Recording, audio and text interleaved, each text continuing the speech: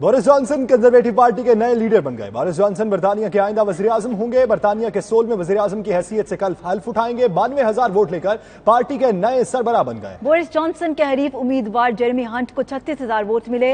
1,60,000 voters ने अपना हक राय दही इस्तेमाल किया। Boris Johnson is elected as the leader of the Conservative and Unionist Party. बरतानिया में सियासी बेयकीनी का खात्मा हो गया और बोरिस जॉनसन ने अपने हरीफ जेरेमी हंट को बआसानी शिकस्त देकर टूरी पार्टी की क़यादत हासिल कर ली। बोरिस ने 92,153 वोट हासिल किए, जबकि जेरेमी हंट सिर्फ 46,656 वोट ले सके। बोरिस जॉनसन कल बरतानिया के वजीर आजम का ओहदा भी संभालेंगे।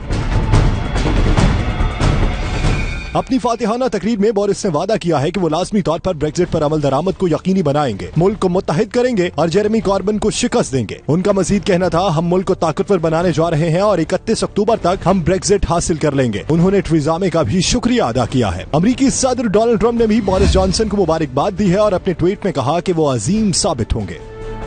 बरतानिया के नए वजीर आजम के लिए ब्रेक्जिट एक अहम चैलेंज होगा।